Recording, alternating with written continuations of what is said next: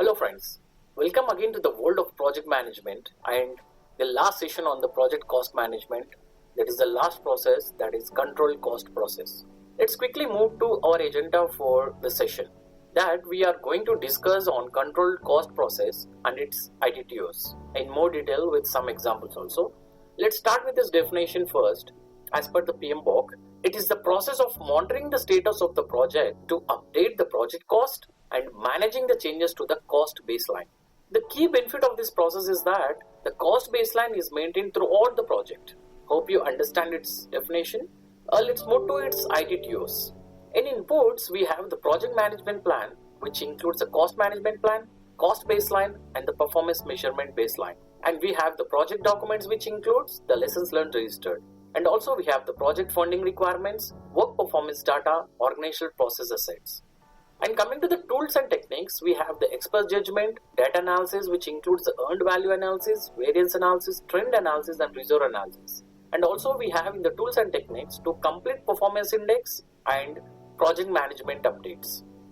And coming to the outputs, we have work performance information, cost forecast, change request, project management updates, which includes the cost management plan, cost baseline, performance measurement baseline. And coming to the project document updates, which includes the assumption log, basis of estimates, cost estimates, lessons learned registered, and the risk registered. Okay, fine. Let's start in more detail about these inputs first, starting with the project management plan, which includes the cost management plan, cost baseline, and the performance measurement baseline. Here, first the cost management plan. Here, it describes how the project cost will be managed and controlled. Coming to the cost baseline, it is compared with the actual results to determine if a change or corrective action or preventive action is necessary. And coming to the earned value analysis, the performance measurement baseline is compared to the actual results to determine if a change, corrective action or preventive action is necessary. Hope you understand about this project management plan input. Let's move to the next input, the project documents, which consisting of the lessons learned registered. Here, the lessons learned earlier in the project can be applied to the later phases in the project to improve the cost control.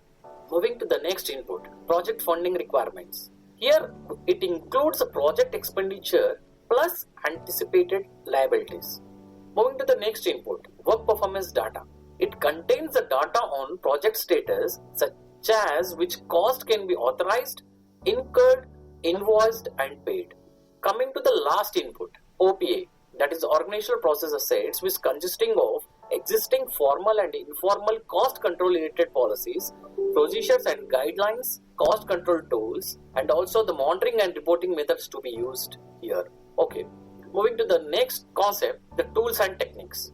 Starting with the first technique, that expert judgment. As you know, here the inputs from the experts on controlling the cost measured for the variance analysis, earned value analysis, forecasting, and financial analysis. So here it takes the inputs from experts on all these concepts.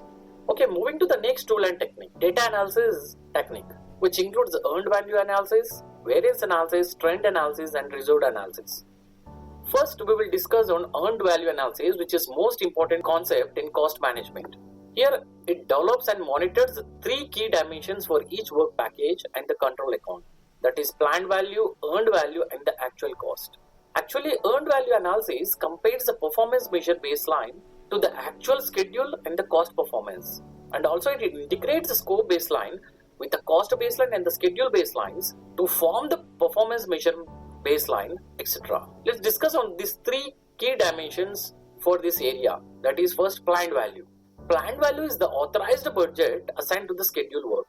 The total of the planned value is sometimes referred to as the performance measurement baseline. And the total planned value for the project is also known as the budgeted completion, that is BAC. Moving to the earned value. Earned value is a measure of work performed expressed in terms of the budget authorized for the work. It is a budget associated with the authorized work that has been completed, and this earned value is being measured needs to be related to the performance measurement baseline, and the earned value measured cannot be greater than the authorized planned value budget for a component. That is, this earned value is often used to calculate the percentage completion of a project also. Hope you understand about this planned value and the earned value concepts. Let's move to the actual cost. Actual cost is the realized cost incurred for that work performed on any activity during a specified time period.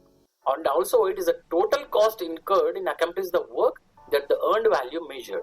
Okay, fine. Let's move to the next technique, variance analysis, which consisting of the schedule variance analysis, that is SV, cost variance CV, and the schedule performance index and the cost performance index. First, we will discuss what is the variance analysis in detail. Cost and schedule variances are the most frequent analyzed measurements. For projects not using formal earned value analysis, similar variance analysis can be performed here by comparing the planned cost against the actual cost to identify the variances between the cost baseline and the actual performance, project performance. And one more point to be noted here in terms of the project cost control, here which determines the cause and degree of variance related to the cost baseline and decides whether the corrective or preventive action is required. And this variance analysis includes the first with schedule variance, that is, which is a measure of schedule performance expressed as a difference between the earned value and the planned value. That is, schedule variance SV is equal to earned value EV minus planned value PV.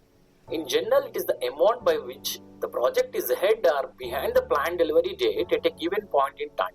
Okay, let's move to the next variance analysis concept, that is cost variance, which is the amount of budget deficit or surplus at a given point in time, and it expressed as the difference between the earned value and the actual cost. That is, the cost variance is equal to earned value EV minus actual cost AC. In general, it is a measure of cost performance on a project. Hope you understand these two concepts. Let's move to the performance indexes in variance analysis. Here we have the schedule performance index and the cost performance index. First, the schedule performance index is the measure of schedule efficiency expressed as a ratio of earned value to the planned value. That is, SPI is equal to EV by PV, earned value divided by planned value. In general terms, it measures how efficiently the project team accomplished the work. And also, if this schedule performance index less than 1.0, it indicates the less work was completed that was planned.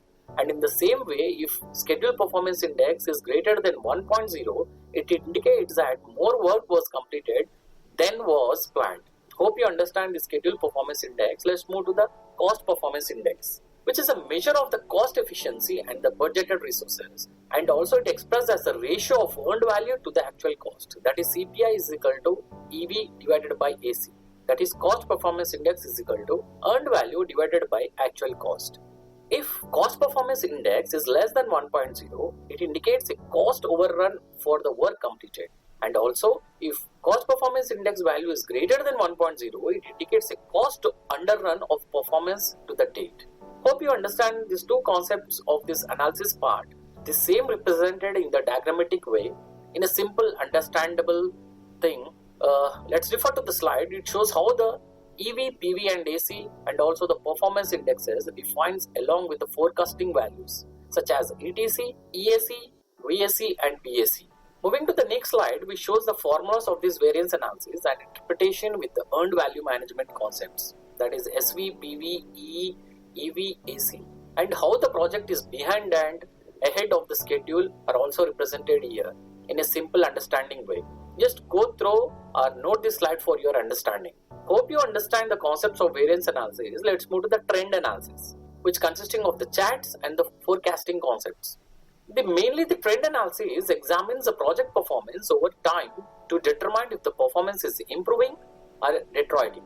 Generally, graphical analysis techniques are valuable to compare the future performance goals in the form of budget at completion budget versus estimate at completion, that is BAC versus EAC. Let's discuss on examples in the trend analysis, that is first with charts. In the concept of earned value analysis, three parameters, planned value, earned value and the actual cost are monitored and reported on both a period by period basis on a cumulative basis, that is in terms of trends. Referring the slides, it specifies the S-curve to display the earned value data for a project that is performing over budget and behind the schedule. Fine. Hope you understand about the charts. Moving to the forecasting concept, which forecasts for the estimation at completion, that is EAC, that may differ from the budget at completion BAC based on the project performance. And if it becomes the obvious and if it becomes obvious that the BAC is no longer viable, the project manager should consider the forecasted EAC. These EACs are typically based on the actual cost incurred for work completed plus an estimated to completion ETC, the remaining work. And the most common estimated at completion forecasting approach is a manual, that is bottom-up simulation by the project manager and the project team. That is, the project manager bottom-up estimation method builds upon the actual cost and experience incurred for the work completed and requires a new estimate to complete the remaining project work. The equation here is equal to estimated completion is equal to actual cost plus bottom-up estimate to completion. And also, the project manager manually estimated at completion is quickly compared with the range of calculated estimated at completions representing the various risk scenarios, while the earned value management data quickly provide many statistical EACs. Only three of the most common methods here are: first, the estimated at completion forecast for estimated to completion work performed at the budget rate, that is EAC is equal to AC plus BAC minus EV, and estimated at completion forecast for ETC work performed at the present CPI, that is EAC is equal to BAC divided by CPI, and estimated at completion forecast for ETC work consider both SPI and CPI factors, that is EAC is equal to AC plus BAC minus EV divided by CPI into SPI, that is cost performance index multiplied by the schedule performance index. Hope you understand all these concepts. Let's summarize this all these formulas for the EAC, BAC and EAC referring to the diagram. Okay, hope you understand about the trend analysis. Let's move to the next technique, that is reserve analysis. During cost control, reserve analysis is used to monitor the status of contingency and management reserves for the project to determine if these reserves are still needed or if any additional reserves need to be requested. And also, if the identified risk does not occur, the unused contingency reserves may be removed from the project budget to free up some resources for other projects or operations. We need to note this point here. Hope you understand about the variance, trend and reserve analysis concepts of the data analysis. Let's move to the next technique, to complete performance index, that is TCPI. It is a measure of the cost performance that is required to be achieved with the remaining resources in order to meet a specified management goal. It expressed as the ratio of the cost to finish the outstanding work to the remaining budget. The equation for the TCPI is based on the budgeted completion is budgeted completion minus earned value divided by budgeted completion minus actual cost. Referring to the slide given here, the TCPI is conceptually displayed here. The equation for the TCPI is shown in the lower left as the work remaining divided by the funds remaining, that is defined as the BAC minus the EV, and the funds remaining is which can be either the BAC minus AC or the EAC minus the AC. Hope you understand, just I explained the formula.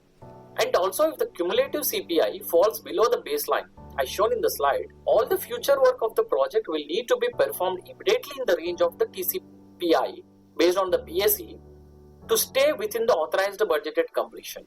And also, whether this level of performance is achievable is a judgment call based on the number of considerations, that is including the risk, time remaining in the project and technical performance. This level of performance is displayed as the TCPI EAC line as per the slide. I will explain you in a separate video on the earned value analysis with more examples in the coming up videos. Here I have just mentioned few important concepts and formulas which need to be learned as mentioned in this slide.